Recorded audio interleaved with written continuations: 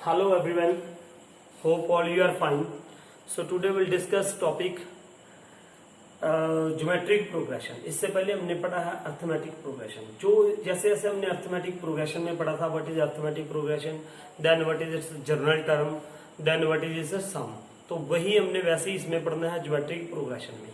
तो सबसे पहले हम इसमें पढ़ेंगे व्हाट इज ज्योमेट्रिक प्रोग्रेशन, उसके बाद उसकी जनरल टर्म, आफ्टर दैट उसका सम, है ना, ज्योमेट्रिक प्रोग्रेशन का सीरीज का.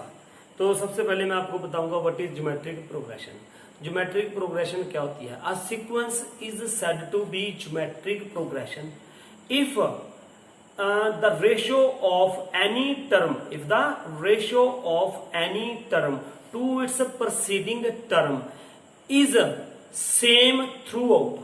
What is meaning of this? इसका मतलब ये है कि अगर कोई भी यहां पे सीक्वेंस लिखी हुई है, कोई भी सीक्वेंस मान लो 2, 4, 8, 16, 32, 64 ये लिखी हुई है ऐसे डैश डैश करके. अगर मैं इसकी रेशियो निकालूं किसकी, any term to its proceeding term,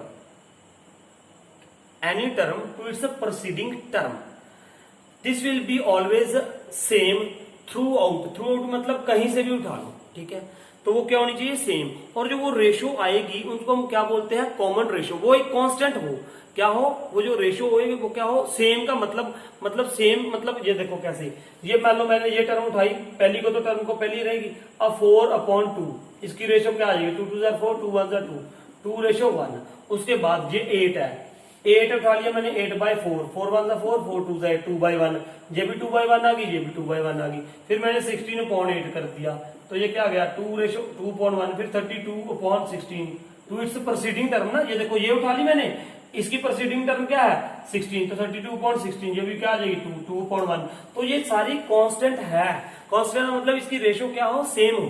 मैंने यही बोला, the sequence is said to be geometric progression if any term, if the ratio of any term to its preceding term is same throughout मतलब कहीं से भी. और वो ये जो रेशियो आ रही होती है ये क्या हो? कांस्टेंट हो. कांस्टेंट मतलब सेम हो, 2.1 2.1 2.1. और इस कांस्टेंट को, ये कांस्टेंट क्या कह देंगे आप? इसको कांस्टेंट फैक्टर कह दोगे. और ये जो कांस्टेंट फैक्टर है इसी को हम क्या नाम देते हैं? कॉमन रेशियो का. क्या नाम देंगे इसको? कॉमन रेशियो का. ठीक है, ये मेरी बात. तो ये एक जीपी बना दी मैंने, है ना. मैंने ये लिखा 2, 4, 8, 16, 32, 64. मैंने इसका एक टर्म ये उठाई 4.2, ये इसकी प्रोसीडिंग टर्म है. ये इसकी क्या? 4 की प्रोसीडिंग टर्म क्या है? 2. 4.2 रेशियो 2.1 आ गई. मैंने 8 उठाया, 8.4 2.1 आ गई. 16/8 2.1 आ गई. तो इसे हम क्या कहते हैं? जीपी है, जिसकी रेशियो क्या हो? सेम हो किसी भी टर्म की टू इट्स प्रोसीडिंग टर्म के साथ. और वो जो कॉमन फैक्टर होगा, जो रेशियो होगी, उसे हम कहेंगे ऑलवेज कॉमन रेशियो, है ना. तो अब हम बात करते हैं धीरे धीरे ऐसे इसकी एपी की भी साथ में बात करूंगा, तो आपको ताकि पता चलता रहे, है ना. अब सबसे पहले देखो, सबसे पहले हमने एपी में कोई भी टर्म है एपी में, वो कैसे लिखते हैं? a plus D, a plus 2d, a plus 3d. ऐसे करते करते हम क्या लिखते थे? a प्लस, लास्ट टर्म अगर लिखनी हो तो ना, तो ये क्या लिखते? a plus n-1 into D, ऐसे लिख देते थे ना. अब यहां पे सबसे पहले इसमें क्या करोगे आप? ये लिखोगे सबसे पहले a r square, AR cube dash dash AR power n-1, है ना. इसका क्या मतलब है? ये कोई भी जीपी लिखनी हो तो हम इस प्रकार से लिख सकते हैं. सबसे पहले A मतलब इसकी फर्स्ट टर्म होगी, AR इसकी क्या होगी? सेकंड टर्म होगी. अब ये देखो, ये फर्स्ट टर्म है, ये क्या है? सेकंड टर्म है. ये क्या है? थर्ड टर्म है. ये क्या है? फोर्थ टर्म है. अब आपने इसमें AR पावर n-1, ये कौन सी टर्म है? एन टर्म है. ये कौन सी है? एन टर्म है, nth टर्म है ये. लेकिन उसकी पावर आर की क्या लिखी हुई है? n-1. तो देखो इसकी जनरल टर्म क्या हो जाती है? General term of a GP AR power n-1. General term. मान लो मैंने आपको यहाँ पे 2 लिख दिया, सेकेंड टर्म लिखो तो ये क्या आ जाएगी? देखो AR मतलब 2 तो ये क्या आ जाएगी? AR 2-1 का मतलब क्या आ गया? 1. तो ये सेकेंड टर्म है, लेकिन ये है क्या? Second term. आप इसको T2 भी लिख सकते हो, A2 भी लिख सकते हो, नो डाउट. ठीक है, AR पावर n-1. ठीक है, उसके बाद मान लो मैंने A4 लिखना है यहाँ पे, तो ये क्या आ जाएगा ए आर क्यूब आ जाएगा सीधा, सीधी सी बात है ये ए आर क्यूब। फिर आपने A7 लिखना है मान लो, तो ये क्या आ जाएगा ए आर रेज पावर 6 आ जाएगा। क्यों? क्योंकि जनरल टर्म इसकी क्या है A R raise power n-1, n मतलब 7th टर्म लिखना है तो 7 - 1 क्या आ जाएगा 6 आ जाएगा। ऐसे ही तो भैया हम क्या लिखते थे इसकी एपी में क्या लिखते थे हम, बिल्कुल सेम है थोड़ा सा। एपी में हम क्या लिखते थे A7 लिखनी है मान लो, तो क्या लिखते थे A + 6D। क्या मतलब होता था जनरल टर्म यहाँ पे क्या होती थी A + n-1 into D, D का मतलब कॉमन डिफरेंस। और यहाँ पे क्या होगा अब वैसे मान लो A7 लिखनी है तो A R raise power 6, R आपको पता है ना R क्या है रेशो है, R is what common ratio. D वहां पे क्या होता था कॉमन डिफरेंस, यहाँ पे R क्या है कॉमन रेशो है ना। रेशो मैंने आपको बता दिया कैसे निकालनी है। अब उसके बाद इसकी जनरल टर्म क्योंकि ये क्या होती है AN = A R raise power n-1। अब अगर मैंने 7th निकालनी है तो ये क्या लिखूंगा A7 तो A R 7 - 1 that is A R raise power 6। तो आपने याद मेरे ख्याल से ये देखो A15 लिखना है तो क्या लिखोगे A R रेज पावर 14, ठीक है सीधा एक कम। जैसे इसमें भी हम लिखते थे ना A7 आया तो ये एक कम आएगा 6D आ गया। A8 A10 है तो आप क्या लिखोगे A + 9D, एक कम, बिल्कुल वैसी वो चलती है। तो ये थी इसकी जनरल टर्म। तो इसकी जनरल टर्म क्या होगी AN = A R raise power n-1। तो ये थी इसकी जनरल टर्म, ठीक है। उसके बाद हम बात करेंगे जी इसकी, और किसी भी जीपी को हम कैसे लिखते हैं, कोई GP A R square A R cube dash A R raise power n-1 ये लिखते हैं हम, है ना लास्ट में जाके कोई भी जीपी लिखनी हो तो। उसके बाद इसका क्या होता है कि सम, ठीक है ये हो गया। उसके बाद इसका क्या है सम। देखो दो ही फॉर्मूले हैं इसमें ज्यादातर, एपी में भी दो ही फॉर्मूले थे, एक तो उसकी जनरल टर्म का, दूसरा उसकी एसएन का। अब यहाँ पे भी दो ही फॉर्मूले हैं क्या, जैसे मान लो ये कोई एपी जीपी है A R square A R cube dash A R raise power n-1 है। अब इसका सम करना है, हमने क्या करना है सम, ऐसे सम, ठीक है ऐसे डैश डैश सम। सम का फॉर्मूला क्या होता है SN A R raise power n-1 upon R - 1, या तो ये होगा, और आप ये भी लिख सकते हो SN = A 1 - R raise power n upon 1 - R। अब कई बच्चे पूछते सर इसमें क्या डिफरेंस है, कुछ नहीं है यार डिफरेंस। ये देखो यहाँ पे सिर्फ हमने 1 कॉमन ले रखा है, कुछ नहीं है 1। देखो कोई सा भी फॉर्मूला लगा दो आंसर सेम आना है, सीधी सी बात है।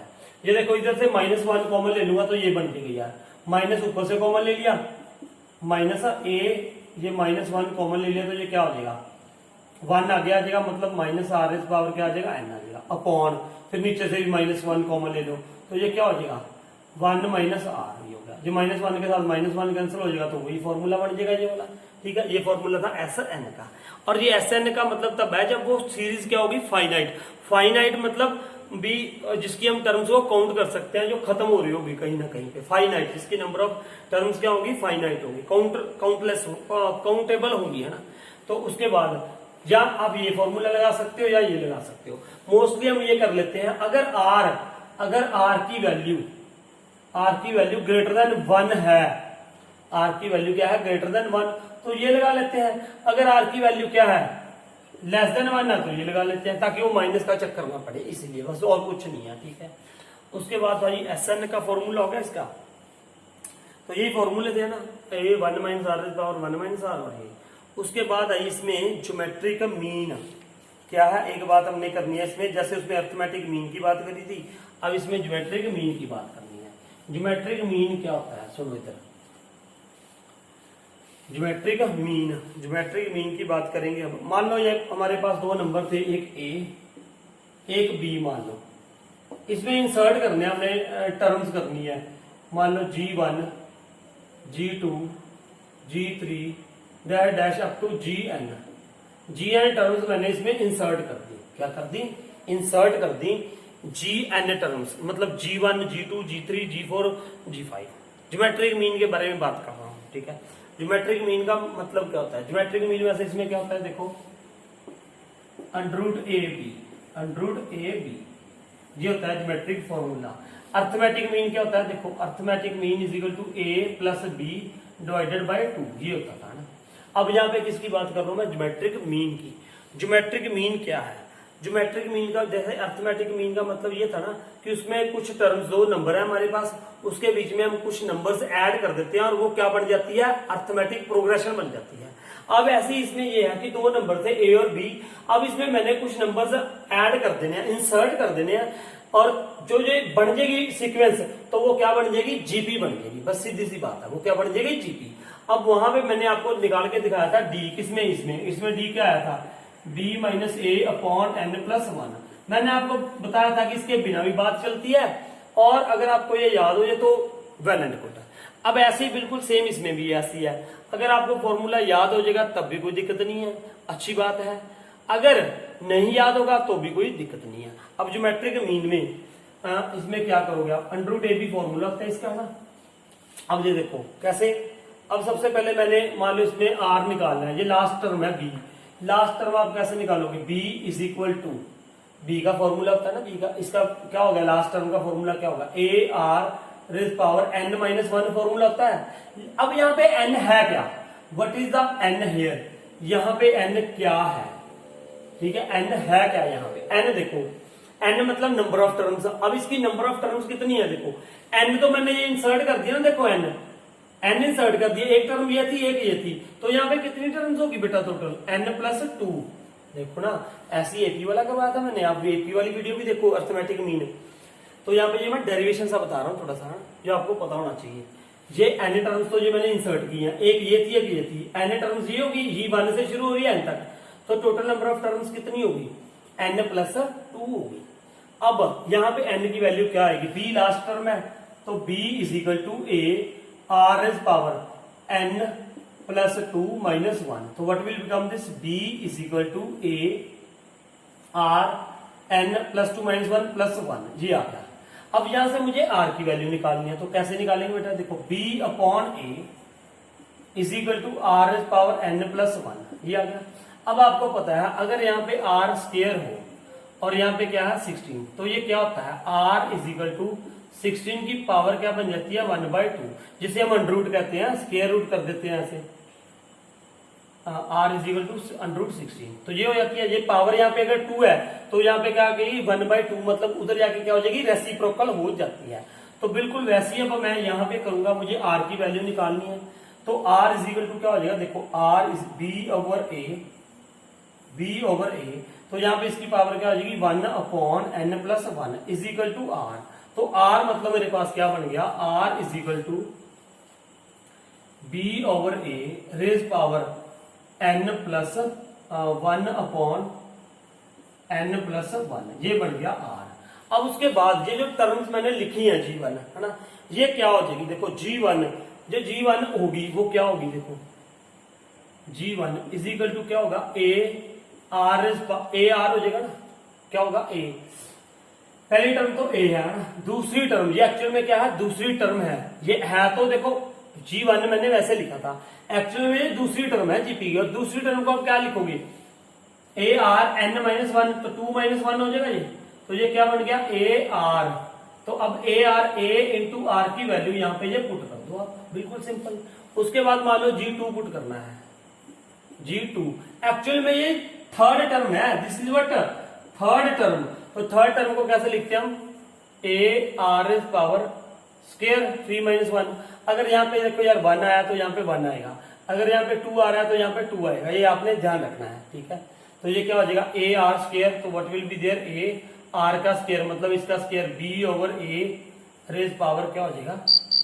2/n प्लस 1 हो जाएगा, है जी हो जाएगा। तो ये थी इसकी क्या? These are its terms which we can insert in these in this है ना। तो ये था हमारे पास, इसमें सिर्फ आपने आर ही सीखना था, main B over A raise power 1 upon N plus 1। Insert कैसे करनी है वो इसके बिना भी मैं काम चला दूंगा, इसके बिना भी आप कर लोगे सारे सामने, नो प्रॉब्लम है ना। लेकिन मेरा फर्ज था आपको ये बताना है ना, ये मैंने बता दिया। उसके बाद आई रिलेशनशिप, किसमें? अर्थमेटिक मीन में एंड ज्योमेट्रिक मीन में।